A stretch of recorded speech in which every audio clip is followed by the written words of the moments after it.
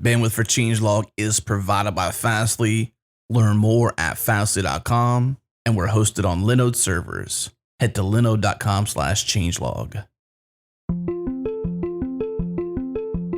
This episode of JS Party is brought to you by our friends at Sentry. Sentry is an open source error tracking application that shows you every crash in your stack as it happens. It gives you details to prioritize, identify, reproduce, and fix each issue. They also give you information to support your team so you can use that information to reach out to those affected. Head to changelog.com/Sentry. Start tracking your errors today for free. Get off the ground with their free plan. Once again, changelog.com/Sentry. Tell them we sent you. And now onto the show.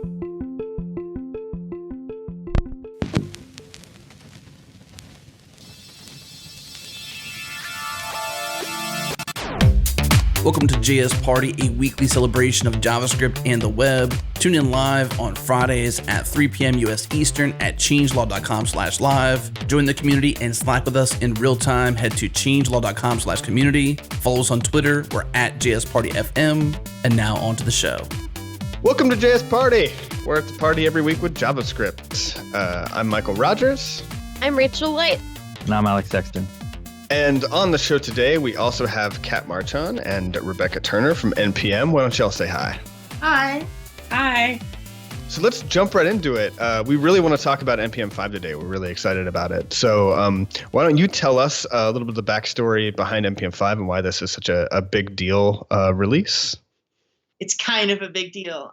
It is. So the story of NPM 5 is that last September? When was it? October. NPM 4? So last October, we released NPM 4, and therefore we couldn't use the number 4 anymore. So we needed, a bigger number to release, and we chose 5 as a valid increment for an integer. The further story is, we've had a lot of breaking changes that we've been doing for a while, and that's usually what we do in major releases. But most important was we've had this cache rewrite on schedule in some way or another for 5 years. We've been putting it off. Yeah, pretty much.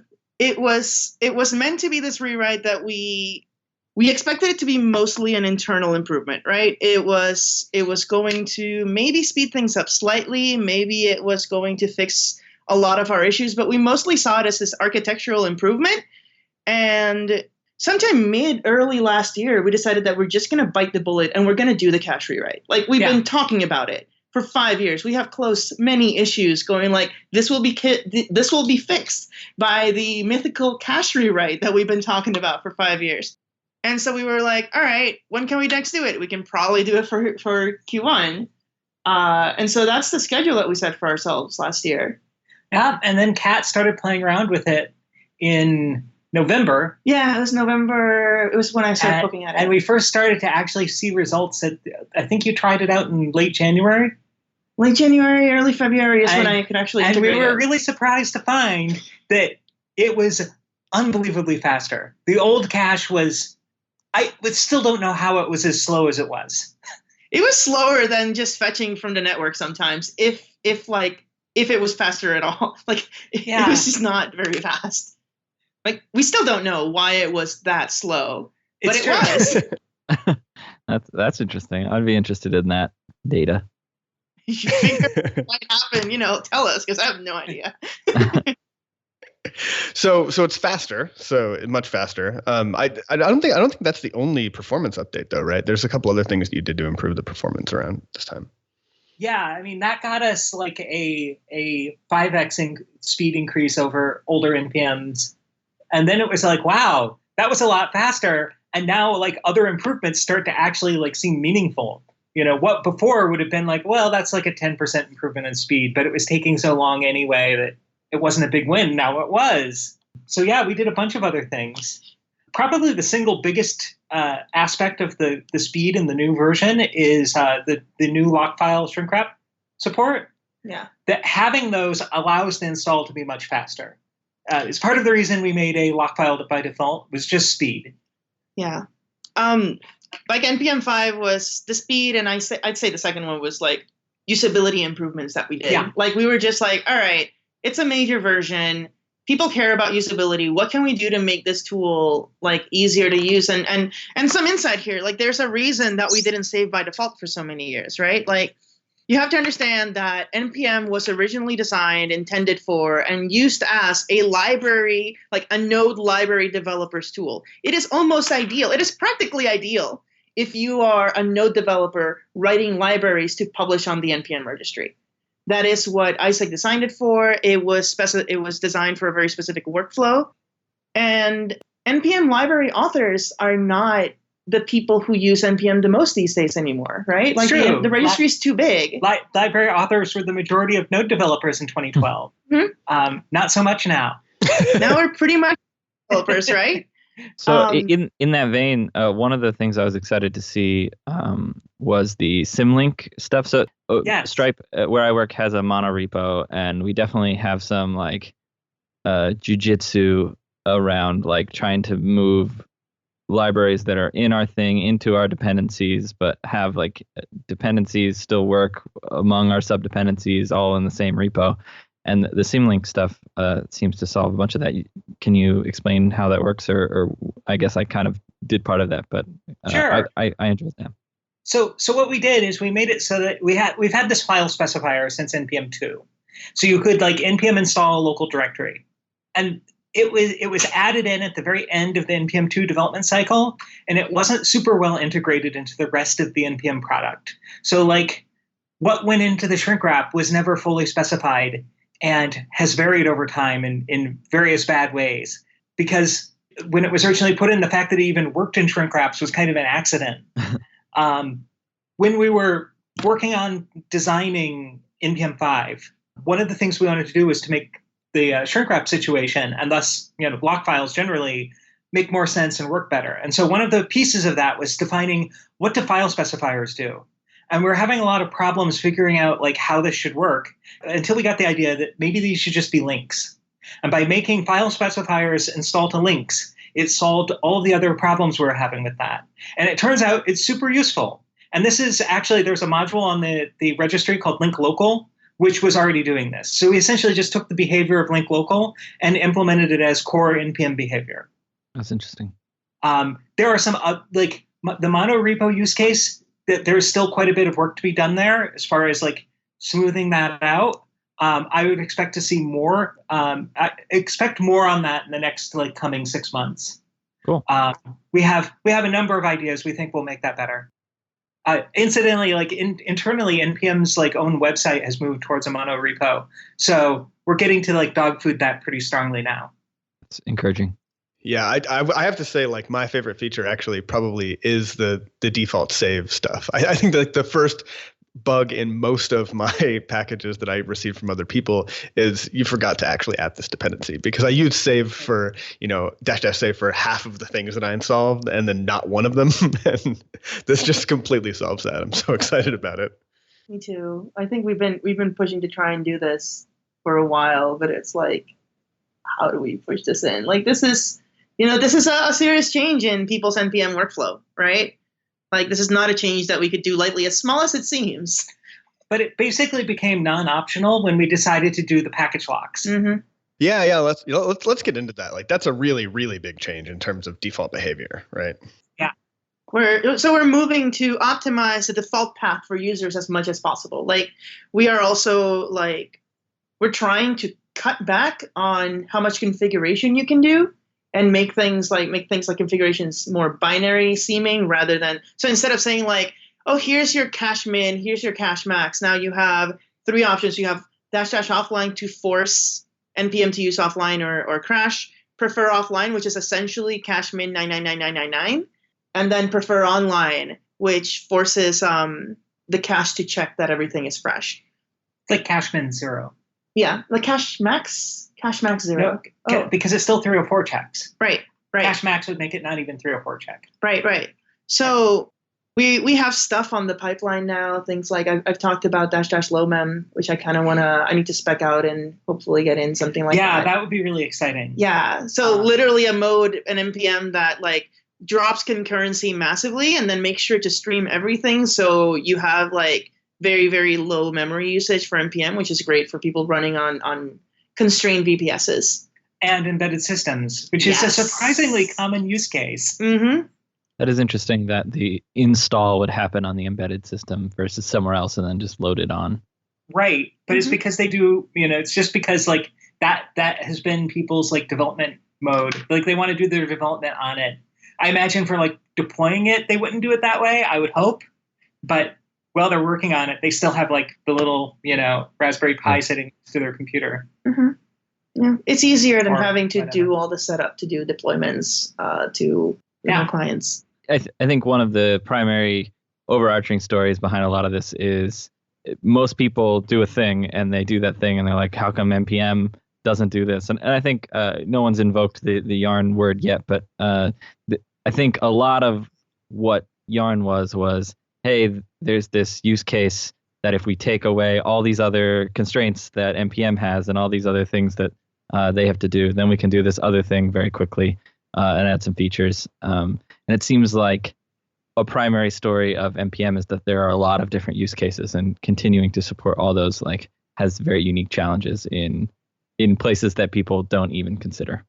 Yeah, I mean, NPM's the default, and that means that we have to support all these people, not just new people that are coming in, but 5-6 years of people who have old setups and don't want to have their cheese moved too much. Although we had a conversation yesterday, but maybe that's a bit of a weird metaphor at this point. But I think it's okay for NPM to make trade-offs that other things can't. Like, I don't think we're not going to sacrifice the user base that we have in order to primarily serve web developers. If we can serve both, then that's what we'll do. We'll optimize for like spreading out.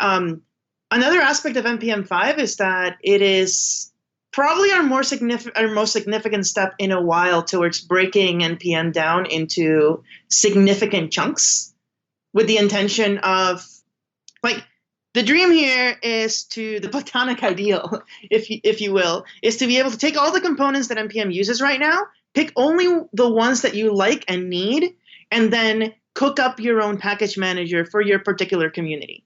Like, and you'd be able to have all the work that you don't have to change, you won't have to rewrite. So we have several new packages that are meant to be used by the community more generically. We're talking about how the heck we yank out parts of the installers so that people can make decisions about how they install the tree. Like, a really good example of things that NPM isn't going to sacrifice is NPM as a very, I can see us sacrificing it maybe in like some distant future, but right now it is a very core tenet of NPM that we do not do dependency hell. Like, NPM is the package manager you use when you never, ever want to run into dependency hell. That's why we did the peer dependencies change. For those unfamiliar, dependency hell is when you have two packages have dependency on two incompatible versions of the same other package. And there's two ways to resolve that diamond. Either you install both versions of the package in nested dependencies, which is what NPM does, or you have some kind of conflict resolution mechanism where you can tell one package to use the wrong dependency, wrong according to Semver. So you will introduce a thing here where you are forced to choose what to break and how and hope that it works. NPM will probably refuse to do that for the foreseeable future. It's why we never integrated any kind of flat install like Bower would do. Like, we're just not going to do that. I don't see us doing that. No. Even though flat installs are really important to web developers. Right. Like, you don't want 7 versions of jQuery just because you have 7 jQuery plugins. Right. We want to maximize how flat our tree is so that, people using tools like Webpack or Rollup are able to use tools to reduce the package size of that, right? But as far as guaranteeing that something is going to be unique in the tree, unless you use something like peer deps manually or you have your own mechanism for setting up your global according to your own decisions, NPM won't be installing only one version of incompatible packages. Yeah. But that's the kind of thing that we would hope that people would be able to build on our tools to make that if they wanted a package manager that did that. Like, it would be fantastic to have basically about that literally just wraps Picoche and does the flat tree. Yep. Yeah. I think that's very hard. Planning. I feel like it's a common place for a project the age of NPM to reach this building like pieces part. I think it like speaks to the success and breadth of usage. I like there's the jQuery UI builder. It's like build the parts of jQuery UI you need. Modernizer as a builder, there's too many tests. Babel switched in at 5 or whatever in order to do all the like here's each individual transform versus one thing. So I feel like it's like once you reach some certain level of usage, there's no way you could possibly nicely give everyone everything they want in a single package. And so I think the idea of like offering the building blocks to doing an NPM like project and then you write the one thing that's different is nice and good. It's a good vision you have. What we have today is we have the cache. The new cache is a content addressable cache, and it's in cache, CACACHE, and which is a pain to spell. Cache. It's a Canadian cache, but it's super fast and it has a very nice API, and that's how all the NPM 5 cache access is built on that. And then there's Pacoche, which is we'll provide links. It's a manifest and tarball fetching library. Yes. Like it doesn't do it does all the resolution of identifiers and stuff like that identical to what NPM does, and in fact is what NPM uses now. So you can say pacoche.extract, and then you give it like, NPM at 5, and it will extract the contents of the NPM at 5 tarball according to Semver resolution rules into a local directory. So it's a very generic tool for like doing that. And it also gives you access to manifest information. So you can ask for manifest to see what dependencies you're going to have to install. And it supports all the sources that NPM does. Yes. So the registry, but also Git sources, including the new Git Semver support, which is one of the other exciting new features. And building. Yes. Yeah, you can build Git deps now. If you have a prepare script and you npm I a Git dependency, we will install its step dependencies and run the install script to pretend that you're, basically simulate publishing to a registry. I see. You're cannibalizing NPM Enterprise. Sure, why not? I guess you'd have to have GitHub Enterprise to fully cannibalize. It is not fact, by the way. We have deps for every single Git dep. That is not something you want to do a lot. Yeah. So how does it differ from like tagging something in? Oh, I guess the resolution of the tag can like increase inversion is the difference. So before you used to be able to do a git dep and do like hash some tag version number. And so now you're saying that you can kind of do like a caret version number and it will like grab the correct Semver. Yep. It'll do that according to references. Awesome. That is nifty. So I want to go like a little bit higher level. So we talked earlier on this podcast about Yarn a little bit. And just for people that don't know, Yarn's an NPM alternative client that pulls from the NPM registry, but it sort of touts two main features. One was performance and one was kind of defaulting this lock file. So given that you've done a bunch of performance and lock file work, I wonder if you can kind of compare NPM 5 to Yarn just in terms of those two features. I mean, in terms of, lock files, we have a different, NPM always had a lock file, of course, in the form of a shrink wrap. And so we didn't feel like we should, reinvent the wheel there. So we just reused that for the new NPM 5 package lock. The main difference between Yarn's lock file and the package lock is the Yarn's lock file has what it stores in it is the relationships between all the modules. But it doesn't say anything about how these are installed onto disk. The NPM lock file stores all of the exactly how your node modules should look when it's done. So the NPM lock file guarantees that you will have exactly the same shape of node modules as well as the same content, regardless of what you're using to install it. So I've seen Kat talk about that a little bit. You mentioned that became obvious to y'all that it was important to maintain that directory structure. What have you seen people do? What is the reason that is important? So I think every single person who's ever run CI that runs on Node 4, Node 6, and Node 7 at the same time has run into something at some point where they forget to set up a dependency or something happens with the tree. and suddenly only Node 4 breaks because Node 4 still defaults to NPM 2, which is before our flattening change. Like, people do the darndest things that rely like. So they're grabbing into the node modules folder directly. You mean like with a FS read? They do that. Sometimes Okay. they just mess up their tree in some way. But they've been testing on one platform, and so being able to recreate that is really important.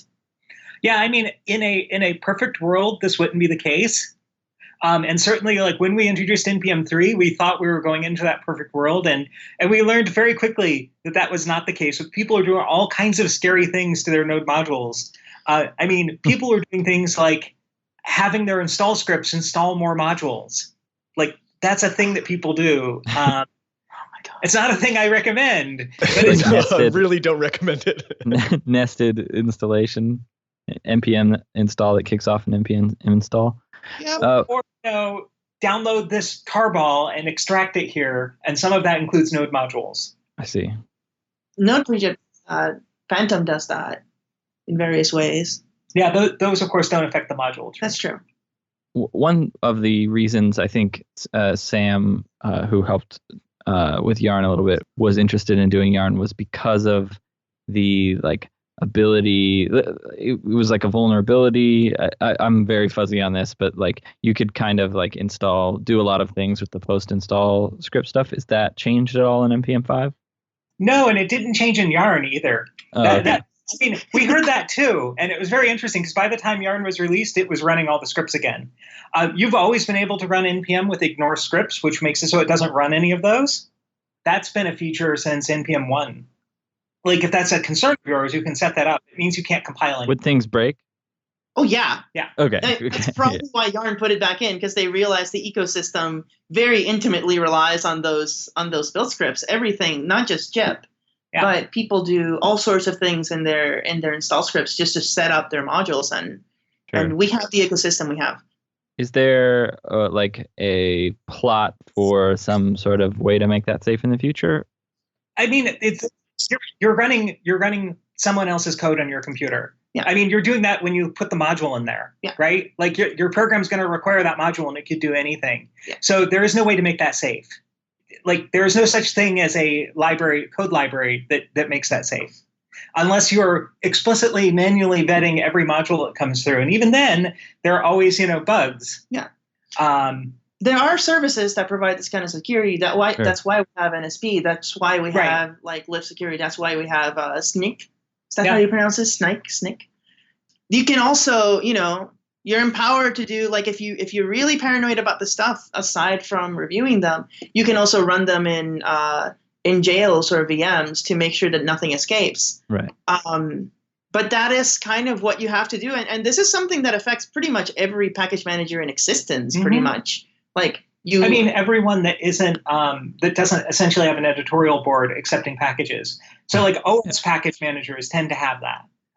If you want to get something into Debian, people are going to look at it before you put it in. Yeah. Right. But if you want to publish something to PyPy or Ruby Gems or the CPAN, no one's going to look at that. That code is not vetted.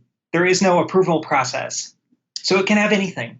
Now, the registry is, we do have some stuff in the pipeline, which I actually don't know if I can talk about, because that's registry stuff, and that's not my circus, not my monkeys. But we do have stuff to prevent the infamous worms that people are worried about. So at least automated self-publishing worms will be mitigated. So, they might rimraff your root directory, but it'll only be your root directory. And that's great.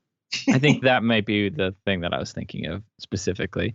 I mean, there's something to be said, like, if you're only like using it as a front end tool, maybe you're not actually executing any of the code, in which case, like, there could be a world where there's no scripts that run and you could still, I don't know, not super important. That is an interesting part of this that I think people don't think about a ton, but there's not.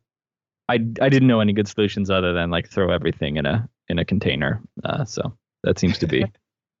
It's something that we semi-regularly revisit to see if there's anything new that we could do, but it's something that we've known about and tried to deal with since the early days. Like, there's issues about this going back a long time, and it's just like, well, what do? You can break the ecosystem, but we don't want to break the ecosystem. we don't want to get rid of scripts altogether because people find them useful. They keep asking for more. So, For more scripts, and I'm like, can you stop? so we're coming up on the end of the segment here, but we've talked a ton about all the reasons why you should be installing NPM 5 right now today, because it's awesome. Is there anybody that needs to worry about installing NPM 5? Any kind of breaks that people might be reliant on out there that you would say, hold off for a second, or is it just everybody should go get it today? It's still on App Next, so everybody should not get it today because it's a pre-release.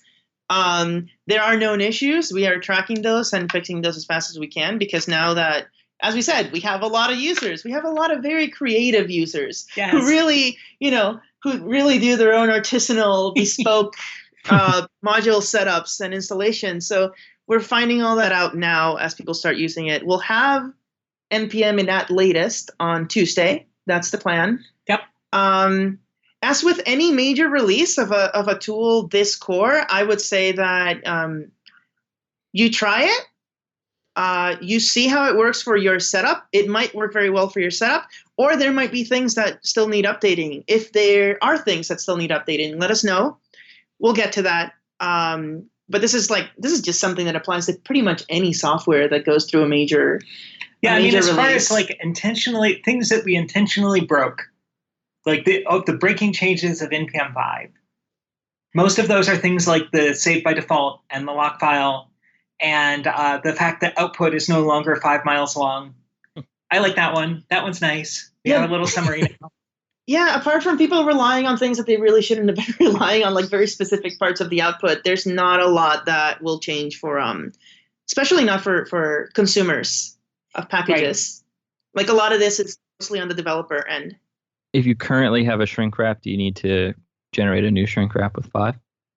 No, we will probably, in the case of most shrink wraps, I don't know if like all shrink wraps in existence, but we will update that on run. A thing to notice that npm shrink wrap and package-lock.json are the same format. The main difference is that npm shrink wrap is publishable and package lock is not. So shrink wrap is meant for things that like you really absolutely need to guarantee an exact tree, for people who install your package. So we automatically read that, we'll use it, and then we'll write it back out in the new format. And the thing to notice, if you keep it called npm shrink wrap, older versions of npm down to like npm at 2 will be able to install it. Not npm at 1 because of scope packages, but like all the way down to 2, you should be able to get identical trees pretty much. Awesome. That's cool. Yeah. Yeah, thanks for coming on. This has been fantastic.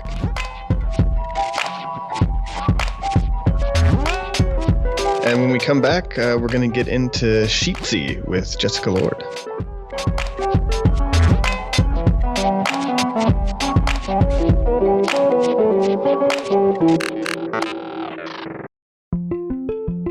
This episode of JS Party is brought to you by Hired. Hired matches outstanding people with the world's most innovative companies. At Hired, your dream job is waiting to apply to you. Instead of endlessly applying to companies hoping for the best, Hired puts you in control of when and how you connect with interesting opportunities. The best part is Hired is completely free to you. It won't cost you anything. In fact, they pay you to get hired.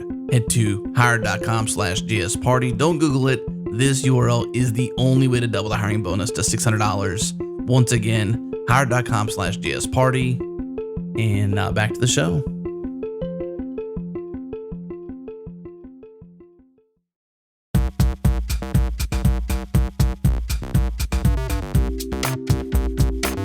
We're back with Jessica Lord, and we're going to talk about Sheetsee. Sheetsee is a really cool library that lets you use Google spreadsheets for visualizing info, and it's really awesome. And Jessica, you should tell us about it better than I can. Well, I think you did a really great job, because that's basically it. It's a really small library to build quick sites with data from Google Spreadsheets. So basically, you're using a Google Spreadsheet as your backend database. And that's awesome because people can share it. There's no dev environment. People who aren't developers know how to use spreadsheets. And so it's a really easy interface. So you can have a lot of people working together on the data, and then you connect it to a website. And then once it's connected, all you ever have to do is edit the spreadsheet. There's no deploying and things like that, because every time someone visits your site, it's hitting the spreadsheet and getting the latest from the spreadsheet. So all you have to do is edit the spreadsheet. And it lets you do tables and maps. That's awesome. What made you want to make this? This came out of my Code for America project that I did. Code for America is a nonprofit based in San Francisco that pairs designers, developers, and civic people with city governments to build open source software from them or for them. And I did that fellowship, and I had come from the city of Boston previously, and I was really keen on not creating new bottlenecks for city IT departments, which have to do everything. And I felt like there were so many tools we take for granted on the web that would enable departments to manage and update their own websites without needing to go through IT for everything. And so that was what was kind of my guiding principle in it, and what led me to pick spreadsheets in general. And so, yeah, I started building it out that year, and it started off as a bunch of JavaScript built into a WordPress theme. And then when the fellowship year was over, I got a grant from Mozilla Open News, which is a branch of the Mozilla Foundation that focuses on open source tools for journalism. And I got a Code Sprint grant from them to spend 2 months pulling out all the JavaScript and making it a standalone library. And so that's when it really became Sheetsee. And then I just recently rewrote it a couple months ago. Yay, that's awesome. I like that I'm saying yay. What are some like cool uses that you've seen people use Sheetsee for? People have done it for meetups and schedules. Not everyone tells me what they do. Really, I have no idea what people are doing with it unless they specifically go out of their way to show me. But what is also cool about it is you can use it with GitHub Pages, which is GitHub's free hosting service. And then people can just fork your site and then just make a few changes and quickly then have their own site going. And so like earlier this year in January, I tried to make a site myself where I thought that I was going to keep up with all the things that Trump was doing. And I was going to make a database of articles and label them by offense. And but there's too many, and you found the limit for like a Google Docs. Yeah, it snowballed really fast and was just too much work for a person who's not a journalist or reporter to full time to be doing. But somebody forked that site and then made a site for like important buildings in Baltimore. That's cool. That's helpful if you're in Baltimore. Yeah. Totally. I've actually used Sheetsee a bunch of times, and the use case that I always use it for is like, okay, so I have just a static website that displays some data, and then I have people that need to add data to it that are not going to use GitHub, and the bar for like I don't want to set up a CMS or like a database or manage access controls or do like all that crazy stuff. So with just like a Google spreadsheet that like everybody knows how to use, that you can add people to, that like people know how to manage, you can then pull that data in and have it dynamically show up on the website. And it's just so brilliant and so easy. Yeah. Sounds like a good way to internationalize a website. Just swap out the sheet. Oh yeah. Or swap out the column, I guess. So you have the English on the left, and then every column is the translation for a different language. I do a lot of that. So I've actually seen that in practice, not with Sheetsee, but I've seen people use spreadsheets. But it would be nifty to kind of just connect it directly. Yeah, that's a really good idea. There's also like, I haven't done this, but you could even just use your spreadsheet as a settings page to just generate a site, right? Like your spreadsheet could have columns and rows to say what color the page should be, what the header should be, and that kind of thing. And if you connect the site to that spreadsheet, then it will generate a whole new website based on what's in the spreadsheet. A whole new website. Yeah. I stole some of your code that you wrote once to do like a map with this, it made me also discover this like feature that I had no idea about in Google Sheets, where like you can give it a column that has like an address in it, and then it'll stick like the GPS coordinates in another column. Like that, I had no idea that was a thing, but you can use that to like, create pretty awesome maps. Wait, is that a thing? It works somehow. Well, because I had done that, but only using a plugin. Mapbox had a plugin for doing that, and I thought I don't know. Maybe there is now like a more native support in spreadsheets. It was some kind of macro or something, but like I ended up stealing it. I have 2 technical questions about Sheetsee since I haven't got the chance to use it. Can you use data from like a computed cell? What is a computed cell? Like it's like I've added up every number in this row, and it's like the equals sum of A1 through A15. Right. Yes, like anything that lives in a cell in your spreadsheet gets pulled out. So there's it's the actually data though, not the formula. Right. Okay, cool. And there's Sheetsee pairs with this library called Tabletop.js, which gets all the data from Google Spreadsheets. It basically deals with the Google API for you, which if you interact with the API on your own, you get a ton of metadata and just like huge JSON back. And so Tabletop.js cleans it all up and gives you back like the pure and simple JSON that you would expect from your spreadsheet. But that actually also means that Sheetsee really just needs some JSON, so you actually don't even have to use a spreadsheet, which I also do sometimes. I have some projects where I keep stuff in a spreadsheet, and then I just have a Node script that uses Tabletop and Node to get the spreadsheet data, and then I do a bunch of stuff with the data, and then I give the data to Sheetsee. So that was my second question, is relying on Google Docs to be fast and or up for your website seems scary once you hit some, like if it's a simple personal thing, whatever, my site goes down far more than Google Docs. But if you start, let's say your Trump thing becomes popular, you want it to stay up. So it seems like you could then later on build that intermediary thing where like it doesn't directly connect to the doc, but you can generate the JSON from the doc at any point and like push an update, which seems cool. Yeah, so originally I wanted Sheetsee to be this really low barrier to entry thing. And, it's like, it doesn't take long to think like, oh, what happens when Google goes down? Because I have seen that happen. I remember specifically actually after the Boston Marathon bombing, people were putting addresses in a spreadsheet and it totally went down. It was too much traffic. But of course, then once you add servers into the equation, it's no longer this beginner-friendly thing. But it's kind of beautiful in the sense that like you can start with the completely easy thing, and then once you hit the scale problem, it's the same amount of work as doing it up front. So it's kind of like this nice side effect of accidentally using Tabletop to I don't know. It's I think it's set up nicely.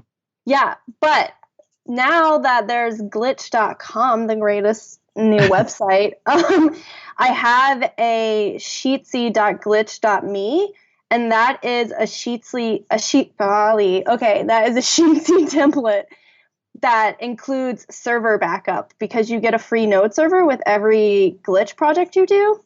And so glitch actually, for me, was the way that took, oh my gosh, how do I get people a server easily problem, and actually made it easy. So if you remix this glitch site, you get a blank Sheetsee setup, and it writes the data to the server, and then if it can't go to Google and if it can't get your spreadsheet, then it will just use what was last saved.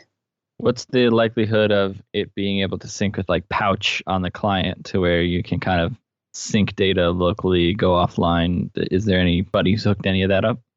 I don't know of anybody who has, but it should be totally possible. Yeah, it seems like all in line with that Yeah, I also have another glitch that, because one thing that was annoying is if you just wanted JSON from your spreadsheet, it wasn't super easy to get. And basically you would have to just set up a little node thing with tabletop and fetch your spreadsheet. But that was, I don't know, I love spreadsheets. So it was an annoying thing that I kept having to do. So I made another glitch that is sheetsee.glitch.me that you can just pass your spreadsheet key into, and it creates like a single API endpoint and returns your JSON to you. Oh, that's really nice. That is. I think cool. also, yeah, I think like even, I don't think that you would need Pouch to cache this because you could just use a service worker to cache these simple requests, right? Like that would be even easier. It would need to cache, like, I don't know, syncing data versus caching requests are kind of two separate things. Oh, yeah. Okay. I see Right. what you're saying. Yeah. Oh. I'm playing with demos right now. I'm sorry. Yeah. Playing with Sheetsee demos in the background. Is there anything else that you would like to add to Sheetsee that it doesn't have right now? Ooh. Let's see. Well, one thing actually is not specifically with Sheetsee, but with Tabletop. Tabletop doesn't handle any errors that you get back from Google Spreadsheet. When would you ever get an error? That seems so unlikely. If you pass in the wrong spreadsheet key, for instance. It just gives you someone else's spreadsheet, no problem. No, it just fails, and it fails in a weird way, and so you kind of have to deal with it yourself. I mean, as long as no one ever makes any errors, it seems fine. Yeah. Definitely. Right. Don't mess up. Just be perfect the first time, and you shouldn't have any problems whatsoever. Yeah. One of the things that I love about this is like, I feel like all JavaScript tooling that I've used in the last like 2 or 3 years has been a giant compile chain and integrates into a giant compile chain. And this is like, back in the days where you could just like insert an script include and then do stuff in the body. It's like, there's actually cases where this is just so much simpler. Yeah. Actually, that somewhat reminded me of the first web development I ever did was members.aol.com. I built a dirt bike website. I literally still have never ridden a dirt bike to this day, but my first website was all about dirt bikes because my friend who taught me how to use members.aol.com had a dirt bike website, and I just copied the crap out of it. So that whole story is the next website I built was for my little sister's soccer team. My dad paid me like $5 a month to. It was a trick, I think. I was like, I'm going to get money from my dad. And he was like, I'm going to trick my son into learning web development and statistics. And so I had to go to all of my sister's soccer games and keep stats on all the goals and assists and all those types of things. And I kept it in a spreadsheet on my computer. And then I would have to like go calculate everybody's stats, and then I would update a website with all their different stats on it. And I remember very specifically not knowing what a database was, and I was like, there's got to be a way for me to not have to just write HTML tables by hand and like generate this based on my spreadsheets. And I remember very specifically searching in Alta Vista and saying like way to get information from a computer spreadsheet and put into in like I never found it. I ended up running I swear this is true Macromedia it's like CF Cold Fusion on my local computer, like thinking that would solve the issue somehow, and then it didn't like work once I deployed the site. It was a nightmare, and if someone would have just had this when I was 10, that would have been really useful. So thanks a lot. Sorry. I don't know if Google Docs existed when you were 10. Fair. So. Google didn't exist when you were 10. Yeah, that's why I was Altavistying things. It would be really messed up if you were using like AOL pages when Google existed. God. It is a really interesting problem that you like once you know terms for things, like it's impossible for you to solve the problem. You almost have to just like talk to someone who still doesn't know. But like, how do you search for what a database is before you know what a database is? Like, if you know the term database, you'll be like, good beginner database, and that's fine. But if you're like literally saying like, I want to retrieve information from a central repository of like it's just such a difficult thing to describe, like that you would never come across database. Maybe in today's day and age, and Google being good at search, I don't know. It's just an interesting, fun world that we live in. On that note, I think we're about time for the picks today. So, I Alex, want to go first. Okay, all right. Rachel's gonna go first. I just don't want anybody else to pick my pick.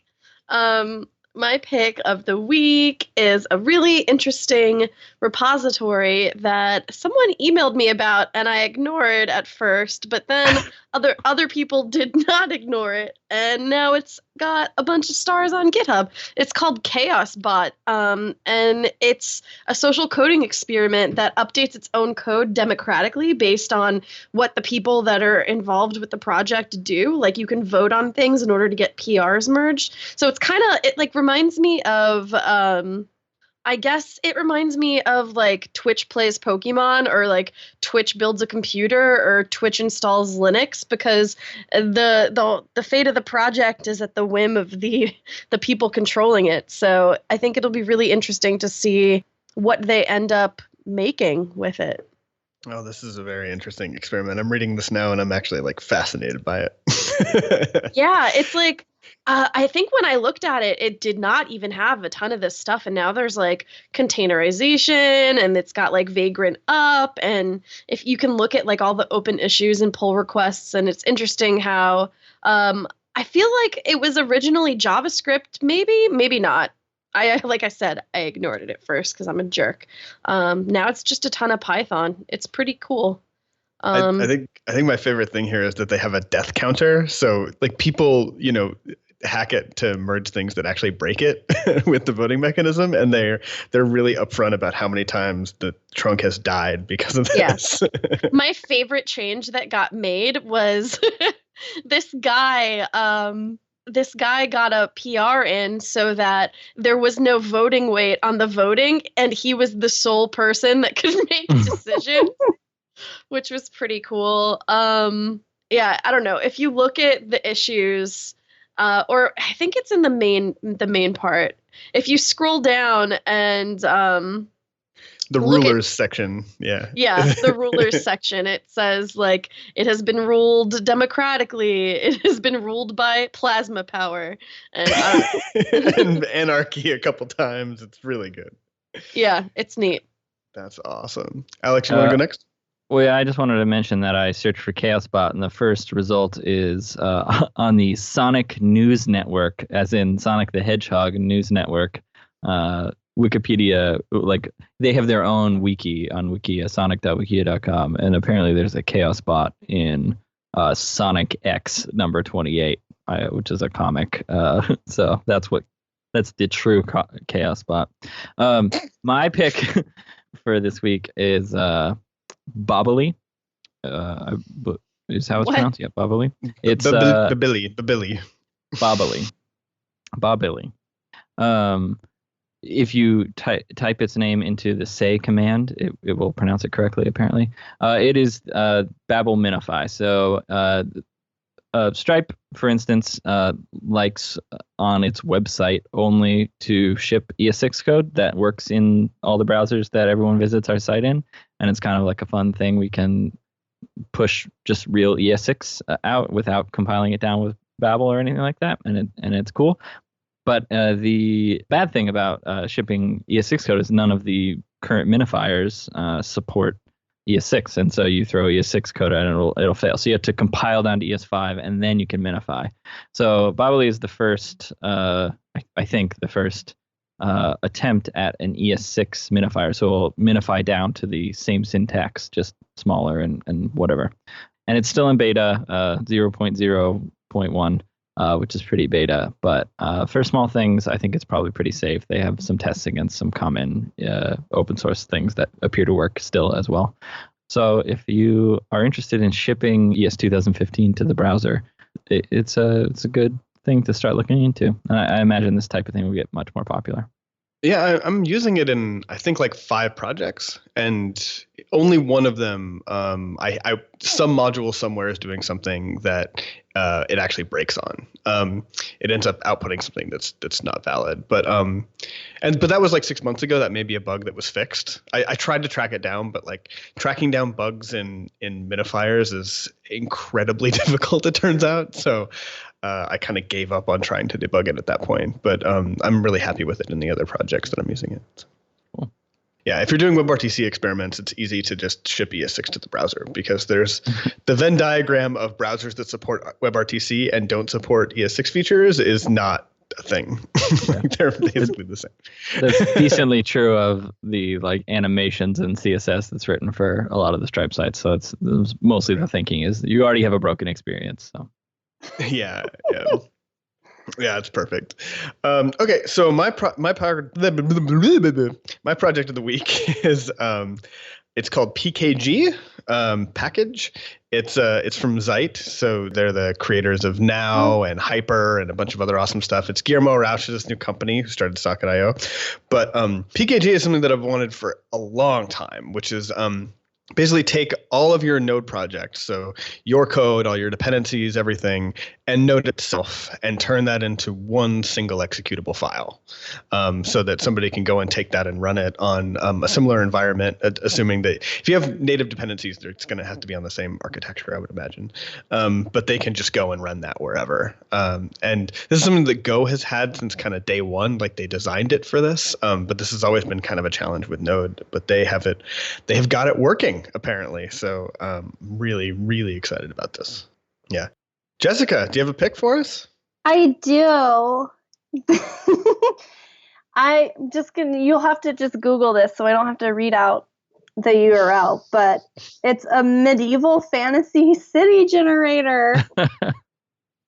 That's awesome. I saw it come through my Twitter feed this week, and it's just a site someone built. I guess it came out of some procedural generation subreddit. But you can choose if you want a small town, small city, large city, and it will just keep generating you medieval cities. Like in Plan, they're really cool looking maps. That's really cool. Oh, I saw that. It looked like it's like top down view of like an architectural diagram. Yeah. I actually. Oh wow. I have the URL for this. If you give me 1 second, I'll post it.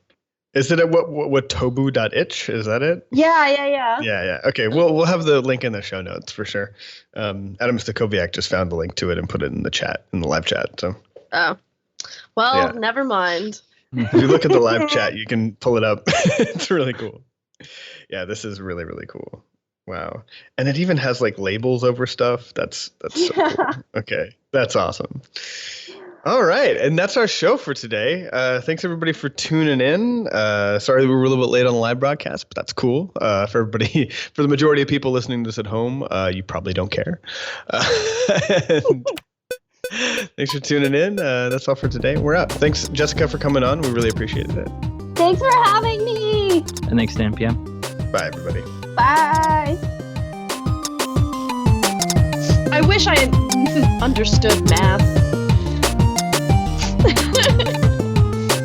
Don't put that on the soundboard.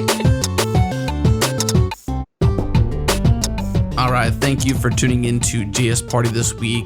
Thanks also to our sponsors, Sentry and Hired. Also, thanks to Fastly, our bandwidth partner. Head to fastly.com to learn more.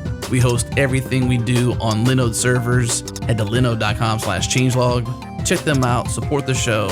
JS Party is hosted by Mikeal Rogers, Alex Sexton, and Rachel White. This show is produced by myself, Adam Stakoviak, and edited by Jonathan Youngblood. And the awesome music you've been hearing is produced by the mysterious Breakmaster Cylinder. We do this show live every Friday at 3 p.m. U.S. Eastern, noon Pacific. So join us at changelog.com/live. Slack with us in real time. Head to changelog.com/community and head to the JS Party channel in Slack. We'll see you again next week. Thanks for listening.